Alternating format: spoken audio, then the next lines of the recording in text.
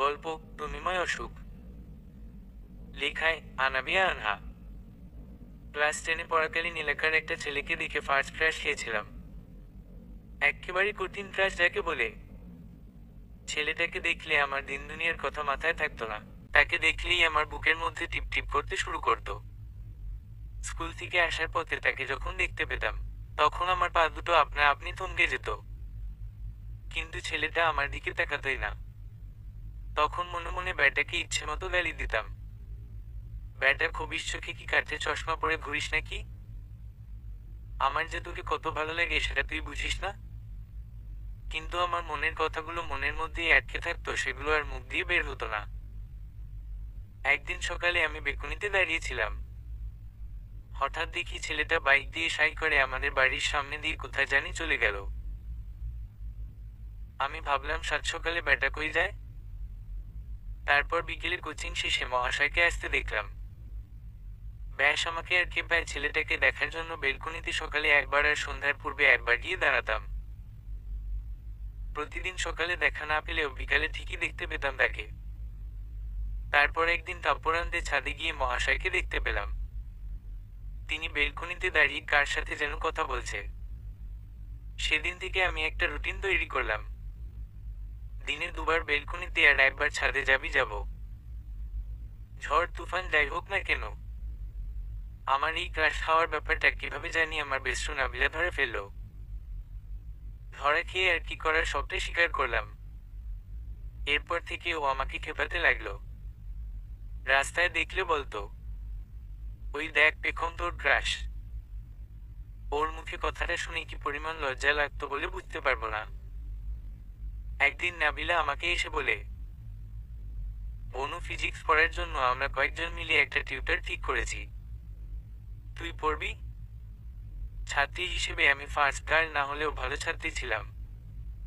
তাছাড়া আমাকে পড়ানোর জন্য একজন টিউটর আছে। আর এতগুলো প্রাইভেট পড়ার টাইম কোথায়?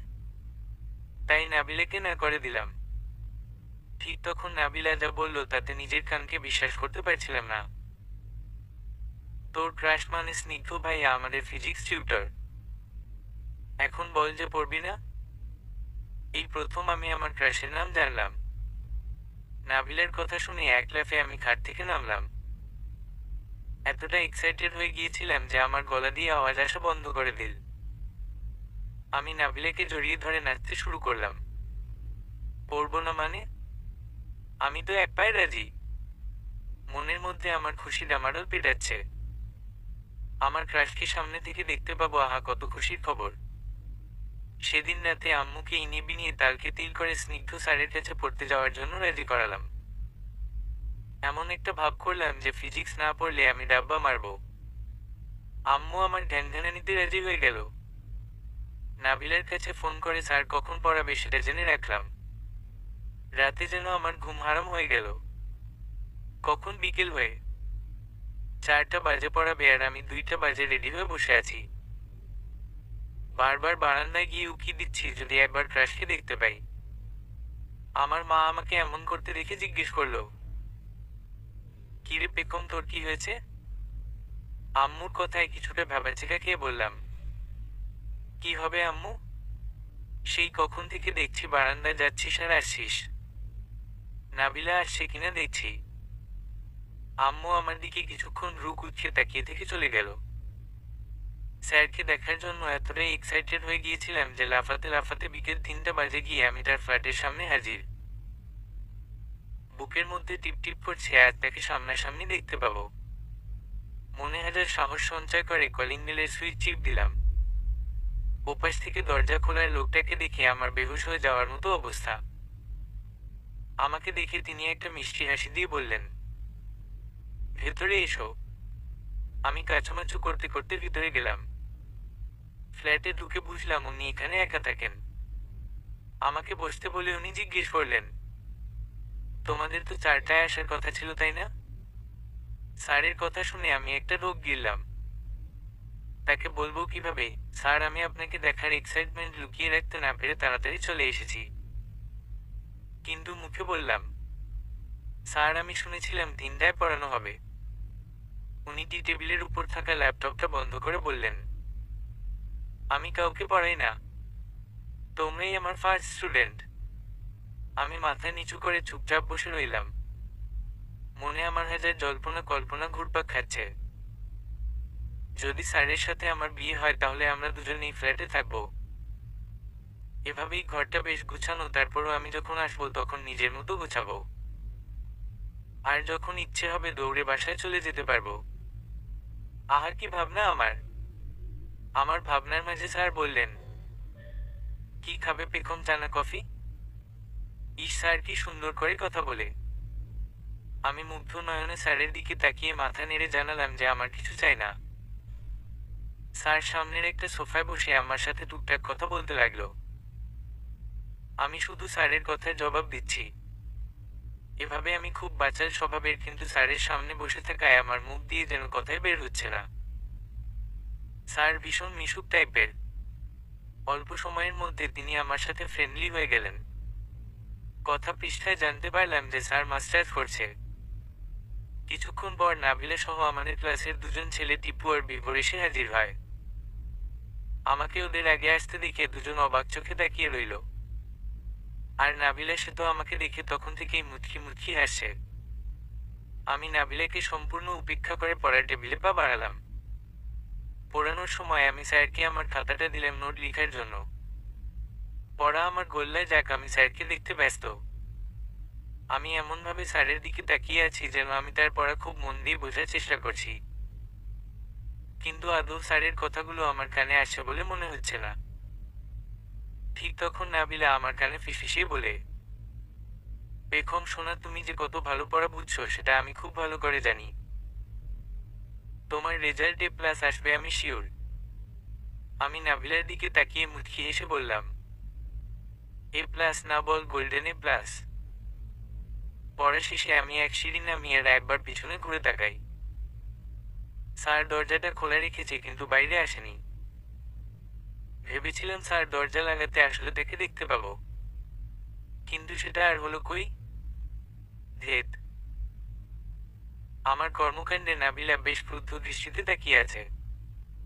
আমি নাবিলার তাকানো দেখে এমন একটা ভাব নিলাম যেন কিছুই হয়নি।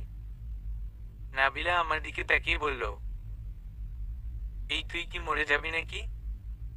এমন করছিস কেন? আমি অবাক হওয়ার ভান করে বললাম, বালাইশাট এখন বিয়ে শাদি করিনি আর তুই এসব বলছিস? তুই যেমনটা শুরু করেছিস তাতে আমার মনে হয় না তুই বেশি দিন বাঁচবি। ক্রাশ তো আমিও দিনে 1000টা খাই। আমি কি তোর মতো করি নাকি? একটা ক্রাশ খেয়েই তোর মাথার স্ক্রু ঢিলা হয়ে গেছে তোর। শীঘ্রই আঙ্কেল আন্টিকে বলে তোকে পাবনা পাঠানোর ব্যবস্থা করতে হবে। যদি যাই সাথে করে তোকে নিয়ে যাব জানরুস। পাবনা পাঠানোর ব্যবস্থা না করে আমার ক্রাশের কাছে পাঠানোর ব্যবস্থা করে দে প্লিজ। নাবিলা মাথায় হাত দিয়ে মনে মনে ভাবে, হায় রে, এই মেয়ের মাথা পুরো গেছে। রাতে পড়তে বসে আমি শুধু স্যারের লেখাগুলি দেখছিলাম। লেখাগু লো কমপক্ষে আমি 100 বার পড়েছি। আমার মন আর মস্তিষ্ক দুটো স্যারকে নিয়ে প্রখরভাবে ভাবতে শুরু করেছে। খাতাটা বুকে জড়িয়ে ধরে নাচতে লাগলাম। স্যার আমাকে সম্পূর্ণভাবে গ্রাস করতে শুরু করে দিয়েছে। মস্তিষ্ক যেন আমাকে আগাম জানিয়ে দিচ্ছে, তুই স্নিগ্ধের অসুখে পড়েছিস বেগম। এটা তোর জীবনের সবচেয়ে বড় ভয়ঙ্কর অসুখ। দিন যেতে থাকে সেই সাথে আমি অসুখটা বাড়তে থাকে। স্যার খুব ভালো পড়া বুঝাতে পারতো, সেই দিক থেকে আমাদের ব্যাচের সবাই স্নিগ্ধ ভাইয়া বলতে পাগল। স্যারের যখন পড়াতো আমি তাকে দেখতে ব্যস্ত থাকতাম। একদিন মুখ ফসকে স্যারকে বলেই ফেলি, স্যার আপনি জানেন আপনি যখন হাসেন তখন আপনাকে আমার ফেভারিট হিরো কার্তিক-আরিয়ানের মতো দেখতে লাগে। ইচ্ছে করে খেয়ে ফেলি। আমার কথা শুনে নাবিলার কাশি উঠে যায়। টিপু আর বিভোরের চোখ দুটো হয়ে গেছে রসগোল্লার সাইজ। আমি কথাটা বলেই একটা জিভে কামড় দেই। সবার সামনে এটা কি বললাম? স্যার আমার কথায় তার ঘায়েল করা হাসিটা দিয়ে বলল, জানতাম না, এখন জেনে নিলাম। এখন থেকে দুটো বডিগার্ড রাখতে হবে। তুমি কখন হামলা করবে বলা যায় না। স্যারের কথা শুনে লজ্জায় আমার মাথা কাটা যাচ্ছে। কেন জানি না, স্যার যাই বলে আমার তাই ভালো লাগে। টান টান দুদিন প্রচুর বৃষ্টি পড়ায় স্যারের বাসায় যাওয়া হলো না। বৃষ্টির জন্য রাস্তায় বের হওয়ার মুশকিল। তবুও আমি বেকুনিতে গিয়ে উকি মারতাম স্যার যদি বের হয়, কিন্তু স্যারকে দেখতাম না।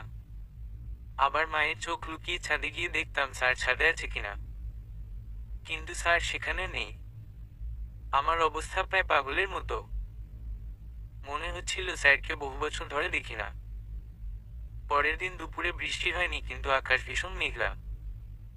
বৃষ্টি নেই এই সুযোগে আমি খাতা নিয়ে স্যারের বাসায় চলে যাই। স্যার দরজা খুলে আমাকে দেখে কিছুটা চমকে বললেন, বেগম তুমি? আমি স্যারের দিকে এক দৃষ্টিতে তাকিয়ে আছি। স্যারের চুলগুলো ভেজা, বোধ হয় কিছুক্ষণ আগে গোসল করেছেন। এক হাতে তোয়ালে দিয়ে মাথা মুছছে আর এক হাত দিয়ে দরজাটা ধরে রেখেছেন। স্যারের নামের মতোই স্যার দেখতে।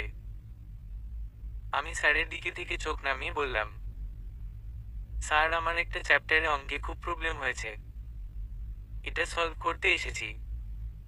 স্যার আর কিছু না বলে ভেতরে আসতে বলল। হয়তো তার চোখে আমি আদুভাইয়ের মতো সেরা স্টুডেন্ট ছিলাম যে কিনা ঝড় বৃষ্টি দিয়েও পড়তে চলে আসে। প্রায় 2 ঘন্টা আমাকে পড়ানোর পর স্যার আমাকে বললেন, বেগম আকাশের অবস্থা ভালো না, তুমি তাড়াতাড়ি বাসায় চলে যাও, না হলে একবার বৃষ্টি শুরু হলে আর যেতে পারবে না। আমি তো সেটাই চাই, বৃষ্টি হোক আর আমি এখানে থাকি। মনে মনে প্রার্থনা করছিলাম যে খুব জোরে বৃষ্টি হয়। ঠিক কিছুক্ষণ পর ঝিরিঝিরি বৃষ্টি পড়তে শুরু করে। আমার খুশি দেখে কে আনন্দটা চেপে রেখে স্যারের দিকে তাকিয়ে অসহায় মুখ করে বললাম, স্যার বৃষ্টি হচ্ছে, এবার কি হবে? স্যার আমার সব আশায় পানি ঢেলে দিয়ে হাতে একটা ছাতা ধরিয়ে দিয়ে বললেন, তাড়াতাড়ি বাসায় যাও। আমি ছাতাটা নিয়ে গুটিসুটি মেরে চলে আসলাম। রাস্তায় স্যারের 14 গোষ্ঠী উদ্ধার করছি আমি। এরকম আনরোমান্টিক মানুষ আমি জীবনে দুটো দেখিনি। সিনেমার দেখি নায়ক নায়িকার জন্য বৃষ্টির মধ্যে ওদের বাড়ির সামনে গিয়ে দাঁড়িয়ে থাকে, রাত বিরেত দেয়াল টপকে নায়িকাকে দেখতে যায়। আর আমার কপালে এটা কি জুটেছে?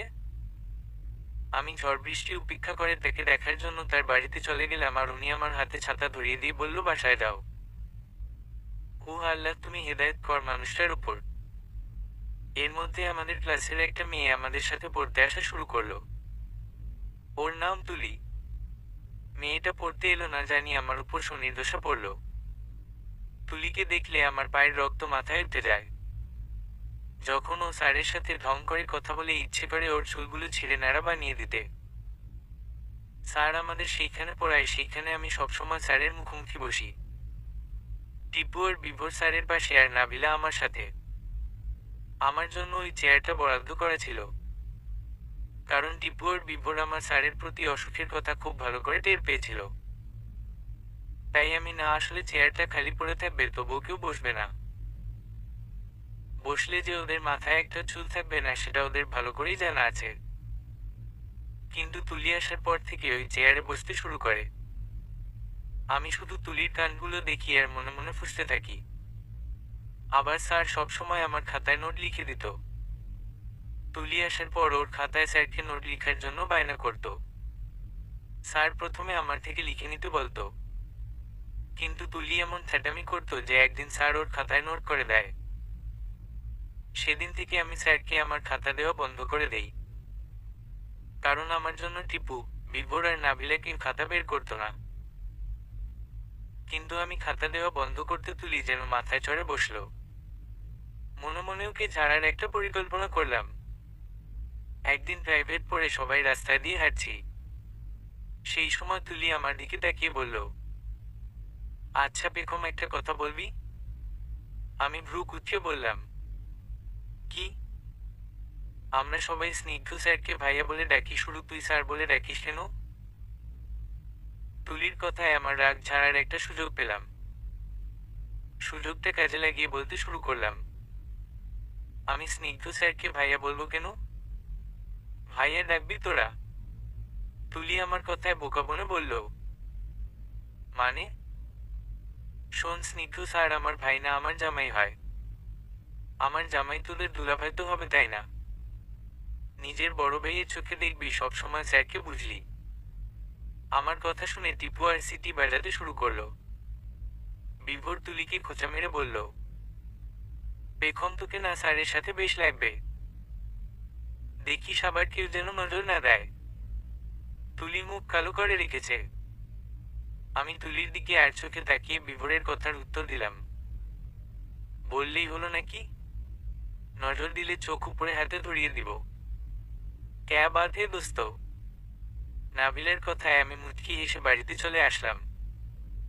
মনের ভেতর একটা শান্তি অনুভব করছি। আমার স্যারের দিকে নজরে বার দেখ কেমন লাগে। নিজেকে এখন আমার বলিউডের হিরোইন মনে হচ্ছে। আহা, কথাগুলো বলার সময় তুলির মুখের অবস্থাটা দেখার মতো ছিল। সেদিনের পর থেকে তুলি আর আমার জায়গায় বসতো না, আবার নোট করার জন্য স্যারকে খাতা দিত না। একদিন স্যার নোট লিখার জন্য খাতা চাইছে, কিন্তু কেউ খাতা বের করছে না। আমি ইচ্ছে করেই বের করিনি, কারণ আমি দেখতে চাই স্যার কার কাছে খাতা চায়।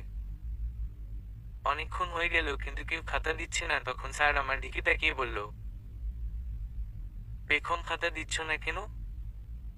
স্যারের কথা শুনে যেন আমার মনটা প্রজাপতির মতো উঠতে শুরু করলো। আমি মুখে বিশ্বজয়ী হাসি দিয়ে খাতা বের করে দিলাম। স্যার নোট করছে আর আমার দিকে তাকিয়ে টিপু, বিভোর, নাবিলা হাসছে। ওদের হাসি দেখে ভীষণ লজ্জা লাগছিল। চোখ সরিয়ে স্যারের দিকে তাকিয়ে দেখি স্যারের ঠোঁটের কোণে মুচকি হাসি ফুটে উঠেছে। একদিন স্কুল না গিয়ে আমি আর নাবিলা মেলায় ঘুরতে গিয়েছিলাম।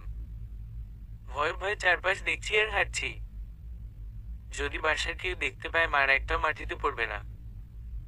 মেলার মধ্যে হঠাৎ টিপু আর বিভোরের সাথে দেখা। ওরা আমাদের দেখে বলে, কিরে তোরা এখানে স্কুলে যাসনি? আমি কাটা কাটা গলায় উত্তর দিলাম, স্কুলে গেলে তো এখানে দেখতে পেতিস না ছাগল কোথাকার। তোদের মতো ব্রিলিয়ান্ট স্টুডেন্টরা যদি স্কুল ফাঁকি দিয়ে মেলায় ঘুরতে আসে তাহলে দেশের কি হবে?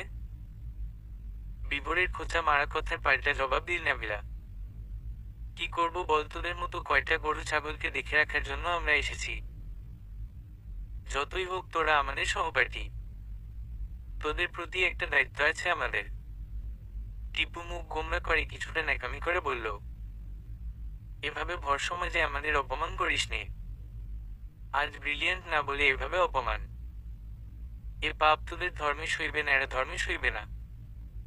টিপুর দেবদাসী গলা শুনে আমরা হাসতে হাসতে শেষ। টিপু কেসে গলা ঠিক করে বলল, চল তাহলে, চোরেরা যখন একসাথে হয়েছি তখন আর সাধু সেজে থেকে কি লাভ। মেলায় গিয়ে ক্লাসের অনেক ছেলে মেয়েদের দেখলাম। ভিড়ের মধ্যে দাঁড়িয়ে থেকে আমার দম যাওয়ার অবস্থা প্রায়। তার মধ্যে আবার বিভোর আর টিপু লাপাত্তা হয়ে গেছে। চারপাশে চোখ বুলিয়ে ওদের খুঁজলাম। দেখতে না পেয়ে নাবিলাকে নিয়ে একটা ফুচকার দোকানে যেতে দেখি খবিস দুটো বসে বসে ফুচকা খাচ্ছে। আমাদের দেখে একটা বোকা হাসি দিয়ে বলল, তোরা কোথায় ছিলি? জানিস তোদের কত খুঁজেছি। আমি দাঁত কটমট করতে করতে বলি, সেটা তো দেখতেই পাচ্ছি। কি স্বার্থপর তোরা, আমাদের ফেলে চলে আসলি। থাক তোরা এখানে, আমরা চললাম। নাবিলাকে নিয়ে চলে আসতে নিব। তখন দুজনে এসে পথ আটকে ধরল। বিশ্বাস কর দোস্ত, আল্লাহর কসম, তোদের এখানে অনেক খুঁজছি, দেখতে না পেয়ে মাত্র এখানে এসে বসছি। দেখ এখনো প্লেটের একটা ফুচকাও খাই নাই। নাবিলা বিভোরের হাত থেকে প্লেট কেড়ে নিয়ে বলে, যা আমাদের জন্য ফুচকা নিয়ে আয়। টিপু ওর প্লেটটা আমার হাতে দিয়ে ওর আর বিভোরের জন্য ফুচকা আনতে চলে গেল। চারজন বসে ফুচকা খাচ্ছি। অসম্ভব ঝাল দেওয়া, সবার চোখ দিয়ে পানি পড়ছে। এত ঝাল ফুচকা আমি আমার জীবনে কখনো খেয়েছিলাম কিনা সন্দেহ আছে। টিপু কিছুক্ষণ পর চিৎকার করে উঠে, আল্লাহ আমারে পানি দেখেও মা। টিপুর চিৎকার শুনে আমাদের সবার ঝাল যেন দ্বিগুণ বেড়ে গেল। কোনোরকম ফুচকার টাকা দিয়ে দৌড়। টিপু একদম ঝাল সহ্য করতে পারে না। ঝালে আমাদের সবার অবস্থা বেহাল। বিভোর দৌড়ে গিয়ে পাশের একটা দোকান থেকে আইসক্রিম কিনে নিয়ে আসে। টিপু আইসক্রিম খাচ্ছে আর আমাদের উপর ফুসছে, তোরা মেয়েরা এই ফুচকাকে দেখে এত পছন্দ করিস ভাই? আমার তো অবস্থা আজকে টাইট। চুপ কর হাদারাম। আমরা কি তোকে খেতে বলেছি নাকি? তুই নিজের ইচ্ছায় খেয়ে এখন আমাদের উপর রাগ দেখাস। আইসক্রিম খেতে খেতে হাঁটতে লাগলাম। লোকজনের গিজ আর ভাল লাগে না। বাড়ি চলে যাব ঠিক সেই সময় বিভোর চিৎকার করে বলে, আল্লাহরে, আমার কাকা দেখি মেলায় আসে। বিভোরের কথায় সবাই চমকে উঠলাম, কারণ বিভোরের কাকা একটা ভেজালে লোক। এভাবেই রাস্তায় দেখা হলে এটা ওটা বলতে বলতে কান ঝালাপালা করে দেয়। তার উপর যদি আমাদের এখানে দেখে নিঃসন্দেহে বাসায় মেলায় আসার খবরটা দিবে। বিভোর আর টিপু থেকে দেখে দৌড়। ওদের দৌড়াতে দেখে আমি আর নাবিলাও দৌড়াতে লাগলাম। আজ কার মুখ দেখে উঠেছিলাম কে জানে। কোথাও ঘুরতে গিয়ে শান্তি নেই। দৌড়াতে দৌড়াতে আমরা মেলা থেকে বেরিয়ে মেইন রোডে চলে এসেছি। হঠাৎ পায়ে কিছুর সাথে ধাক্কা খেয়ে রাস্তায় পড়ে গেলাম। আমার স্বাদের আইসক্রিম ছিটকে গিয়ে পড়লো রাস্তার মাঝে। নাবিলা আমাকে পড়ে যেতে দেখে দৌড়ে আসলো। ডান হাতে প্রচুর ব্যথা পেয়েছি। আমি হাত ধরে বসে বসে কাঁদছি। ঠিক তখন একটা গলার আওয়াজ কানে ভেসে এলো, বেগম, নাবিলা তোমরা এখানে? মুখ তুলে দেখি স্যার বাইক বসে আমাদের দিকে তাকিয়ে আছে। স্যারকে দেখে আমার ব্যথা যেন গায়েব হয়ে গেছে। আমি স্যারের দিকে হা করে তাকিয়ে আছি। স্যারকে এই প্রথম আমি পাঞ্জাবিতে দেখলাম। কি সুন্দর লাগছে দেখতে। আমার তো তাকে সবসময় ভালো লাগে, কিন্তু আজ একটু বেশিই ভালো লাগছে। আমাদের চুপ থাকতে দেখে স্যার কিছুটা ধমক দিয়ে বলল, কি হলো, কথা বলছো না কেন তোমরা? স্যারের ধমক খেয়ে আমার কান্না চলে আসার মতো অবস্থা। আমি যে ব্যথা পেয়েছি সেটা দেখছে না, এখানে কেন এসেছি সেটা নিয়ে ধমকাচ্ছে। স্যার বাইক থেকে নেমে হাঁটু গেড়ে বসে আমার হাত টেনে বলল, ব্যথা কিভাবে পেলে? পড়ে গেছি। কিভাবে পড়লে? আমি চুপ করে নাবিলার দিকে তাকালাম। ইশারায় বুঝালাম কিছু একটা বল দোস্ত। স্যার একবার আমার দিকে তাকাচ্ছে আর একবার নাবিলার দিকে। নাবিলা কিছুটা কাচুমাচু করে বলল, স্যার আসলে আমরা মেলায় গিয়েছিলাম। সেখানে বিভোরের কাকাকে দেখে পালিয়ে এসেছি। রাস্তায় দৌড়াতে গিয়ে পেখম পড়ে ব্যথা পেয়েছে। নাবিলার কথা শুনে স্যার আমার দিকে তাকালো। আমি ভয়ে মাথা নিচু করে রেখেছি। এই বুঝি স্যার একটা ধমক দিবে, কিন্তু আমাকে অবাক করে দিয়ে স্যার গা কাঁপিয়ে হাসতে লাগলো। আমি অবাক হয়ে স্যারের দিকে তাকিয়ে আছি। স্যার আমাকে টেনে তুলে বলল, বাসায় না বলে কোথাও ঘুরতে গেলে এমনি হবে। স্যারের কথায় ভীষণ রাগ হচ্ছিল। আমি ব্যথা পেলাম তা নিয়ে একটু দুঃখ প্রকাশ করলো না, উল্টে হেসে মজা নিচ্ছে। অনেক কষ্টে নিজের রাগটা চেপে রাখলাম। স্যার বাইকে উঠে বলল, চলো তোমাদের দিয়ে আসি। আমার তো খুশিতে উঠতে ইচ্ছে করছে। স্যারের বাইকে করে দুজনে একসঙ্গে যাব। অনেক দিনের ইচ্ছে ছিল স্যারের বাইকে ওঠার। আজ ইচ্ছেটা পূর্ণ হলো। আমি বাইকে উঠে দেখি নাবিলা মুখ শুকনো করে দাঁড়িয়ে আছে। বেচারি উঠবে কি উঠবে না তা নিয়ে দ্বিধায় আছে। কিন্তু আমি আমার জাস্টিসকে ফেলে কিভাবে যাই? ইশারায় নাবিলাকে উঠতে বললাম। নাবিলা উঠতে স্যার বাইক স্টার্ট দিল। স্যার বাইক চালাচ্ছে। স্যারের পিছনে আমি আর আমার পিছনে নাবিলা। আহা, কি সুন্দর মুহূর্ত। স্যারের পাশে বসে আমার ভেতর শুধু একটাই গান বাজছে, এই পথ যদি না শেষ হয় তবে কেমন হতো তুমি বলতো? প্রেম প্রতিটি মানুষের বুকে একটি মন্দির নির্মাণ করে, যেখানে প্রিয় মানুষটাকে দেবতার স্থানে বসিয়ে তাকে পূজা করা হয়। আমার মনের সেই ছোট মন্দিরটা একজন ধীরে ধীরে দখল করতে শুরু করলো। আমার সমস্ত চিন্তা ভাবনা তাকে ঘিরে চলতে থাকে। মানুষকে নিয়ে আমার নোটবুকে লিখতাম অজস্র বাক্য। বইয়ের পাতায় কোথাও স্নিগ্ধ নাম দেখতে পেলে তার পাশে নিজের নামটা লিখতে পারলে আমার বিশ্বজয় করার মতো আনন্দ হতো। আমার ছেলে মানুষগুলো দেখে বন্ধুরা খুব খেপাতো, তবুও আমি পাগলামি করতাম। শুরু মনে একটা জিনিস নিয়ে আফসোস হতো, সবাই বুঝে আমার এই অসুখের কথা, শুধু স্যারই বোঝে না। বেশ চলছিল আমার দিনকাল, কিন্তু হঠাৎ এক ধাক্কায় আমার জীবন পুরো পাল্টে গেল। সেদিন আমি আর নাবিলা স্কুল থেকে ঝালমুড়ি খেতে খেতে বাড়ি ফিরছিলাম। রাস্তায় নাবিলা দাঁড়িয়ে পড়ল। আমি নাবিলাকে দাঁড়িয়ে থাকতে দেখে জিজ্ঞেস করলাম, কি রে, এভাবে দাঁড়িয়ে পড়লি কেন? পেখম, এদিকে দেখ। নাবিলা আঙ্গুল দিয়ে দেখালো। দৃশ্যটা দেখে আমার ঝালমুড়ির প্যাকেট হাত থেকে পড়ে গেল। গলা ধরে আসলো আমার। চোখ দুটো দিয়ে নামতে লাগলো জলের ধারা। স্যার একটা মেয়েকে নিয়ে বাইকে বসে আছে। মেয়েটা স্যারকে পিছন থেকে জড়িয়ে ধরে আছে। এমনভাবে ধরে রেখেছে যেন স্যার তার বিশেষ কেউ। দুজনে কি সুন্দর হাসাহাসি করছে। কিছুক্ষণ পর স্যার মেয়েটাকে নিয়ে চলে গেল। আমি এক দৃষ্টিতে তার চলে যাওয়ার দিকে তাকিয়ে আছি। কিছু সময় নীরবে কাটানোর পর নাবিলা আমার হাত ধরে বলল, চল বাসায় যাই। আমি কোনো কথা না বলে নাবিলার সাথে হাঁটতে লাগলাম। নাবিলা আমার চোখের পানি মুছে দিতে দিতে বলল, তুই এভাবে চুপ করে আছিস কেন? কথা বল প্লিজ। আমার তোকে এভাবে দেখতে ভালো লাগছে না। আমি নাবিলার দিকে তাকিয়ে বললাম, একটা সত্যি কথা বলবি? নাবিলা অবাক হয়ে বলল, কি? স্যারের সাথে মেয়েটাকে দেখে তোর কি মনে হয়েছে? কি আবার মনে হবে? কিছুই মনে হয়নি। তুই এটা নিয়ে এত ভাবিস না। হয়তো স্যারের কোনো পরিচিত কেউ হবে। সেদিন আমাদের যেমন মেলা থেকে নিয়ে এসেছে, মেয়েটাকেও হয়তো কোথাও নিয়ে যাচ্ছে। যেদিন আমাদের মেলা থেকে নিয়ে এসেছিল, আমি কি স্যারকে এভাবে জড়িয়ে ধরে এসেছিলাম?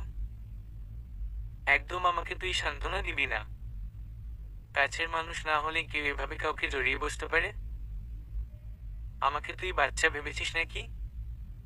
সত্যি করে বলতো নাবিলা, মেয়েটাকে তোর স্যারের কাছের কেউ মনে হয়নি? নাবিলা মুখ মলিন করে বলল, হয়েছে, কিন্তু পেখম তাতে কি, তুই তো স্যারকে। নাবিলার কথা শেষ হওয়ার আগেই আমি গড়গড় করে হেঁটে বাসায় চলে আসলাম। নাবিলা পেছনে থেকে অনেকবার ডাকলো, কিন্তু শুনলাম না। ঘরে এসে দরজা বন্ধ করে শুয়ে রইলাম। মেয়েটাকে স্যারের সাথে দেখে অনেক খারাপ লেগেছে। স্যার কি কেন মেয়েটা এভাবে জড়িয়ে ধরবে? কেন জানি না, স্যারের উপর ভীষণ রাগ হচ্ছিল। এসব ভেবে কাঁদতে কাঁদতে এক পর্যায়ে আমি ঘুমিয়ে পড়লাম। সেদিনের পর আমি দুদিন স্যারের বাসায় পড়তে যাইনি। স্কুলে যাওয়া আসার পথে স্যার যে বিল্ডিং এ থাকে, সেটা দেখলে আমার বুকের মধ্যে মোচড় দিয়ে উঠে। ভাবতাম আর তাকে দেখব না। যত দেখব তত কষ্ট হবে। শুধু শুধু মায়া বাড়ি কি লাভ? তাই সিদ্ধান্ত নিলাম আর স্যারের কাছে পড়তে যাব না। কিন্তু সেদিন বিকেলে নাবিলা বাসায় এসে বলল, কি রে বেগম, তুই পড়তে যাস না কেন? ভাইয়া তোর কথা অনেকবার জিজ্ঞেস করেছিল। এভাবেই রে। স্যারকে বলিস আমি আর পড়তে যাব না। তুই একটু স্যারের ফিটা আমার হয়ে দিয়ে আসবি। বেগম, এমন কোনো করছিস তুই? কি রকম করলাম? মানুষটার সামনে যেতে এখন আর ইচ্ছে করছে না।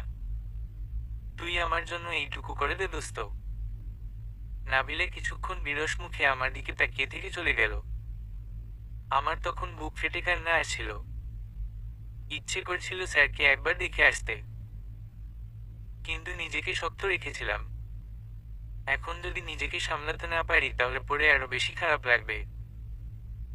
এরপর স্যারের সাথে দেখা হওয়া আমার একেবারে বন্ধ হয়ে গেল। যদিও রাস্তায় দূর থেকে দেখতাম, তাহলে না দেখার ভান করে চলে আসতাম। কিন্তু যখন স্যারকে দেখতে অনেক ইচ্ছা করতো, তখন বারান্দায় কিংবা ছাদে গিয়ে উঁকি মারার লোভটা সামলে রাখতে পারতাম না। কখনো দেখতে পেতাম, আবার কখনো পেতাম না। এভাবে যেতে লাগলো আমার দিনকাল। সেদিন শুক্রবার ছিল। আমি বসে বসে টিভি দেখছি। হঠাৎ নাবিলা দৌড়ে এসে বলল, বেগম, স্যার চলে যাচ্ছে। নাবিলার কথা শুনে আমার হাত পা কাঁপতে শুরু করলো। আমি দৌড়ে আমার বেকুনিতে চলে আসলাম। দেখলাম টিপু বিভোরের সাথে স্যার রাস্তায় দাঁড়িয়ে কথা বলছে। কথা বলার মাঝে স্যার একবার আমাদের বাড়ির দিকে তাকালো। আমি তখন ধপ করে ফ্লোরে বসে পড়লাম। মাথা ঘুরছে আমার। স্যার এভাবে চলে যাবে সেটা আমি কল্পনা করতে পারিনি। স্যার আশেপাশের মানুষের থেকে বিদায় নিয়ে চলে গেলেন। আমি সেখানে বসে বসে তার যাওয়া দেখলাম।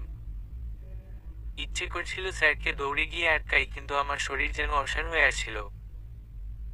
নড়াচড়ার মতো শক্তি আমি হারিয়ে ফেলেছিলাম। কিছুক্ষণ পর নাবিলা এসে আমার পাশে বসলো। নাবিলাকে দেখে জাপটে ধরে আমি কাঁদতে লাগলাম। নাবিলা আমাকে ধরে বলল, কাঁদিস না বেগম, কেঁদে আর কি হবে, নিজেকে শক্ত কর। আমি কান্না থামাতে পারছিলাম না। আমার কষ্টটা নাবিলাকে বোঝাতে পারবো না। আমার মনোমন্দিরের যাকে আমি দিনরাত পুজো করি সে চলে গেছে। এখন খুব আফসোস হচ্ছে কেন নিজের মনের কথাগুলো স্যারকে বলতে পারিনি, কেন তখন রাগ করে বসেছিলাম। স্যার, যদি আপনি জানতেন যে এই 16 বছরের কিশোরী মেয়েটি তার জীবনে জমিয়ে রাখা সমস্ত প্রেম আপনাকে উৎসর্গ করেছে, তার জীবনের সকল আবেগ দিয়ে আপনাকে অনুভব করেছে। একবার যদি আপনি তার নোটবুকটা দেখতেন তাহলে বুঝতে পারতেন কতটা ভালোবেসে আপনার কথা লিখেছে। যদি আপনি এই কিশোরী মেয়েটার চোখের ভাষা পড়ার চেষ্টা করতেন তাহলে বুঝতেন কতটা ভালোবাসা ছিল তার চাহনিতে। কিন্তু আপনি কিছুই জানলেন না স্যার, কিছুই বুঝলেন না। আমাকে ফেলে আপনি চলে গেলেন। স্যার, চলে যাওয়ার কিছুদিন পর আমি হঠাৎ অসুস্থ হয়ে পড়ি। খেতে পারতাম না, ঘুমাতে পারতাম না, সব মিলিয়ে এক প্রকার ডিপ্রেশনে পড়ে গিয়েছিলাম। আব্বু আম্মু ভীষণ চিন্তিত হয়ে পড়লেন আমাকে নিয়ে। সামনে আমার টেস্টের মধ্যে অসুস্থ হয়ে পড়েছি, তাদের চিন্তার শেষ নেই। কোনোরকম টেস্ট পরীক্ষা দিলাম। এতদিন ক্রাশের কথা ভাবার ফলে টেস্টের রেজাল্ট এলো আমার টেনে টুনে পাস। অসুস্থ ছিলাম বলে আব্বু আর আম্মু কিছু বলেনি, কিন্তু স্কুলের স্যাররা অনেক বকাঝকা করলেন। বাসায় আম্মু অনেক বোঝালো পরীক্ষার এই কয় মাস মন দিয়ে পড়াশোনা করতে। এরপর আট পাঁচ না ভেবে ঘুমিয়ে পড়তে শুরু করলাম। পড়তে বসলে কিভাবে যে সময় চলে যেত বুঝতেই পারতাম না। দেখতে দেখতে আমার পরীক্ষা শুরু হয়ে গেল। বন্ধু বান্ধবদের সাথে যোগাযোগ করা একেবারে বন্ধ। সবাই নিজেদের পড়াশোনা নিয়ে ব্যস্ত। পরীক্ষা শেষ হওয়ার পর পেলাম একটা লম্বা ছুটি। নাবিলা চলে গেল কক্সবাজার, টিপু ওর নানাবাড়ি চট্টগ্রাম, আর বিভোর চলে গেল ইন্ডিয়া ভ্রমণ করতে। সবাই চলে যাওয়া দেখে আমি আমার দাদাবাড়ি শ্রীমঙ্গল চলে গেলাম। এত কিছুর মধ্যেও আমি স্যারকে নিয়ে আমার নোটবুকে গল্প লিখতে ভুলিনি। নোটবুকটা সবসময় নিজের সাথে রাখতাম, যদি রাস্তায় স্যারকে কখনো দেখতে পাই নোটবুকটা তার হাতে দিয়ে পালাবো। দিন আসে দিন যায়, রেজাল্ট পাবলিশ হলো। ভালো রেজাল্ট করাই সবার আদরের বাদর হয়ে গেলাম। স্কুলের গণ্ডি পেরিয়ে কলেজ যেতে শুরু করলাম। সব বন্ধুরা এক কলেজে ভর্তি হলাম। দিনগুলো বেশ কাটছিল আমার, কিন্তু এসবের মধ্যেও স্যারের অনুপস্থিতি অনুভব করতাম। প্রতিদিন বিকেলে ছাদে গিয়ে তার বেলকনির দিকে তাকিয়ে থাকতাম। একদিন কলেজের বাইরে দাঁড়িয়ে আছি, হঠাৎ একজন আমার পিছন থেকে ডেকে ওঠে, পেখম। ডাকটা শুনে আমি বুকের মধ্যে টিপ টিপ করতে শুরু করে। মনে হচ্ছে আমি ঢুলছি। গলার আওয়াজটা খুব চেনা আমার। পিছনে ঘুরে দেখলাম স্নিগ্ধ স্যার দাঁড়িয়ে আছে। স্যারের সাথে টিপু, বিভোর আর নাবিলা। স্যারকে দেখে আমার চোখে পানি চলে আসলো। আমার গলা ধরে আসছে। আমি কাঁপা কাঁপা গলায় বললাম, আসসালামু আলাইকুম স্যার, কেমন আছেন? স্যার সালামের জবাব দিয়ে বলল, ভালো, তুমি কেমন আছো? জি স্যার, ভালো। পড়াশোনার কি খবর তোমার? এই তো চলছে। আমি মাথা নিচু করে স্যারের কথার উত্তর দিচ্ছি। আমি বুঝতে পারছি স্যার আমার দিকে তাকিয়ে আছে, কিন্তু আমি কেন জানি না স্যারের দিকে তাকানোর সাহস পাচ্ছিলাম না। অনেকক্ষণ নিজের মনের সাথে যুদ্ধ করে স্যারের সামনে দাঁড়িয়ে থাকলাম। সোজাসুজি না তাকালে স্যারের দিকে আর চোখে অনেকবার তাকিয়েছি। স্যার ব্ল্যাক জিন্স আর স্কাই ব্লু কালার একটা শার্ট পরা আর চোখে দেওয়া সানগ্লাস। ফর্মাল গেটআপে দুর্দান্ত লাগছে তাকে। স্যারকে এখন আগের থেকে আরো বেশি হ্যান্ডসাম লাগে। আর কিছুক্ষণ স্যারের সামনে থাকলে আমার মাথার দাঁড় ছিঁড়ে যাবে। তাই বললাম, আমার একটু কাজ আছে, আমি বরং যাই। স্যার সময় করে আমাদের বাসায় একদিন আসবেন। স্যার মুচকি হেসে বলল, আমার একটা ফ্রেন্ডের সাথে দেখা করতে যাব মোহাম্মদপুর। তোমরা যখন যাবে চলো তাহলে একসাথে যাওয়া যাক। আমার মাথার উপর যেন আকাশ ভেঙে পড়ল। স্যারের সামনে দাঁড়িয়ে থাকতে পারছি না বলে মিথ্যে বললাম, আর এখন নাকি স্যারের সাথেই যেতে হবে। টিপু আর বিভোর স্যারের সাথে যাওয়ার জন্য প্রায় মরে যাচ্ছে। সবাই স্যারের কথায় সহমত প্রকাশ করছে, সেখানে আমি বিমত করি কিভাবে, তাই উপায় না পেয়ে স্যারের সাথে যেতে রাজি হয়ে গেলাম। আমাদের নিয়ে স্যারের একটা অ্যাশ কালার গাড়ি উঠে বসে। স্যার এখন আর আগের মতো বাইকে করে ঘুরে বেড়ায় না। তার লাইফস্টাইল কতটা চেঞ্জ হয়ে গেছে ভাবলেই হাসি পাচ্ছে। রাতে ফেসবুকে নিউজ ফিড ঘুরছিলাম, বিবরের একটা পোস্ট দেখে মাথা ঘুরে গেল। স্যারকে ট্যাগ করে তাদের একটা ছবি আপলোড করেছে। ছবিটা দেখে আমি স্যারের প্রোফাইল ঘুরে দেখতে লাগলাম। স্যারের কত সুন্দর সুন্দর ছবি। সেদিন সারারাত স্যারের ছবি দেখে দেখে আমার রাত পার হয়ে গেল। স্যারকে দেখার পর থেকে আমার অসুখটা আরো বেড়ে গেল। প্রতিদিন সকাল বিকাল তার প্রোফাইল ঘুরে বেড়াই। স্যারকে মেসেজ লিখেও পাঠাতে পারতাম না, একটা জোরটা কাজ করত। ইদানিং আমার সবকিছু ফুরফুরে হয়ে গেছে। নিজের মধ্যে যেন আগের সেই পেখমকে আমি অনুভব করছি। একদিন সকালবেলা হুট করে আমার দাদুভাই বাসায় আসে। তাকে দেখে কিছুটা অবাক হলাম, কারণ দাদুভাই খুব কম ঢাকা আসে। দাদুভাইয়ের দাদিকে দেখে আমি খুশিতে আত্মহারা হয়ে সেদিন আর কলেজেই গেলাম না। সারাদিন তাদের সাথে বসে বসে গল্প করলাম। সন্ধ্যাবেলা আম্মুকে দেখে বাড়িঘর সুন্দর করে সাজাচ্ছে। কিছুটা খটকা লাগলো। হঠাৎ দাদা আর দাদির বাড়ি আসা, আবার এখন আম্মুর ঘর সাজানো কিছু একটা হতে চলেছে। আমি আম্মুকে জিজ্ঞেস করলাম, আম্মু কোনো মেহমান আসবে? আম্মু আমার কথায় মিষ্টি হেসে বলল, তুই ভালো একটা জামা পরে আয় তো দেখি। আমার মাথার উপর দিয়ে সব যাচ্ছে। এইদিকে আব্বু আর দাদুভাই কোথায় জানি গিয়েছে, তার উপর দাদি আর আম্মুর এমন করে কাজ করা, মাথায় কিছু আসছে না। আমি রুমে এসে জামা কাপড় পাল্টে বসে আছি। হঠাৎ কোন মেহমান আসবে বাসায়, মনের মধ্যে একটা অজানা ভয় হানা দিচ্ছে। কিছুক্ষণ পর আম্মু এসে বলল, মেহমান চলে এসেছে, আয় আমার সাথে। আমি আম্মুর হাত ধরে বলি, আম্মু সত্যি করে বলতো কারা এসেছে? তোর দাদুভাই তোর জন্য খুব ভালো সম্বন্ধ নিয়ে এসেছে। ছেলে একটা প্রাইভেট কোম্পানিতে জব করে, আর ফ্যামিলিও নাকি খুব ভালো।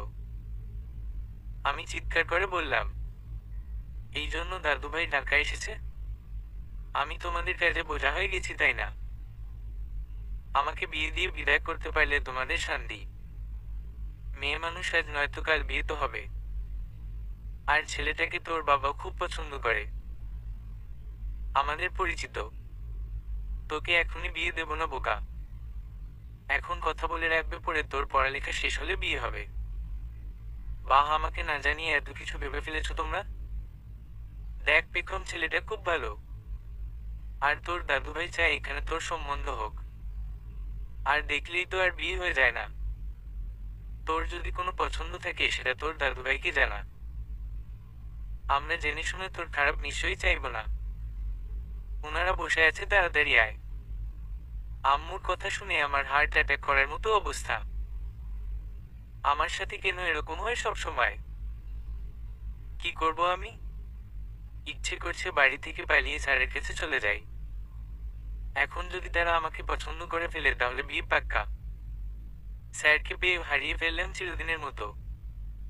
কথাগুলো ভেবে আমি ধপ করে খাটে বসে পড়ি। চিৎকার করে কাঁদতে ইচ্ছে করছে আমার। এরকমটা যদি হওয়ার ছিল তাহলে কেন সেই মানুষটার সাথে আবার দেখা হলো? কেন তার জন্য মনের মধ্যে আল্লাহ এত ভালোবাসা দিল? আমার ভাবনার ছেদ করে কেউ একজন বলল, আসবো। আমি চোখ মুছে দরজার দিকে তাকিয়ে স্তব্ধ হয়ে গেলাম। জেগে জেগে স্বপ্ন দেখছি নাকি? আমি অবাক হয়ে বললাম, আপনি? স্যার তার ঘাইল করা হাসি দিয়ে বলল, বিয়ে হয়ে যাবে বলে কান্না করছো পেখম? স্যার আপনি এখানে কি করে? আমার বিশ্বাসই হচ্ছে না। দয়া করে বলবেন না আপনার বড় কোনো ভাইয়ের জন্য আমাকে দেখতে এসেছেন। আমার তো কোনো বড় ভাই নেই পেখম, তবে ছোট ছোট কাজিন আছে। আমার আগে তাদের কেউ তোমাকে বিয়ে করবে বলে মনে হয় না, কারণ আমাদের বাড়ির সবাই জানে আমি পেখম নামের এক অসুখে আক্রান্ত। স্যারের কথা শুনে আর নিজেকে আটকে রাখতে পারিনি, দৌড়ে গিয়ে জড়িয়ে ধরে বললাম, আপনি খুব খারাপ স্যার। আমাকে ফেলে রেখে চলে গিয়েছিলেন কিভাবে? হ্যাঁ, একবারও আমার কথা মনে পড়েনি? স্যার আমার গালে হাত রেখে বলল, তোমার ভালোর জন্য তোমার থেকে দূরে যেতে হয়েছে পেখম। আমি চাইনি আমার জন্য তোমার পড়াশোনায় কোনো ক্ষতি হোক। তার উপর আমি মাস্টার্সে পড়ুয়া ছেলে হয়ে স্কুলে পড়ুয়া একটা বাচ্চার সঙ্গে প্রেম করব ভাবতেই পারতাম না। আমার তোমাকে খুব ভালো লাগতো। তোমার বাচ্চামিগুলো দেখতে দেখতে কখন যে তোমার প্রেমে পড়ে গেছি সেটা বুঝতেই পারিনি। কিন্তু যখন দেখলাম আমার জন্য তোমার পড়াশোনায় ক্ষতি হচ্ছে, তখন আমার ফ্যামিলি তোমার বাবা আর দাদুর সাথে তোমার ব্যাপারে কথা ঠিক করে রেখেছিলাম। কিন্তু তুমি তখন এতটা ম্যাচিউর ছিলে না পেখম, আর তার উপর তোমার বয়স ছিল কম। আবার আমার পড়াশোনাও কমপ্লিট হয়নি। সব দিক থেকে ভেবেচিন্তে চলে যেতে হয়েছে, বুঝেছো পাগলি?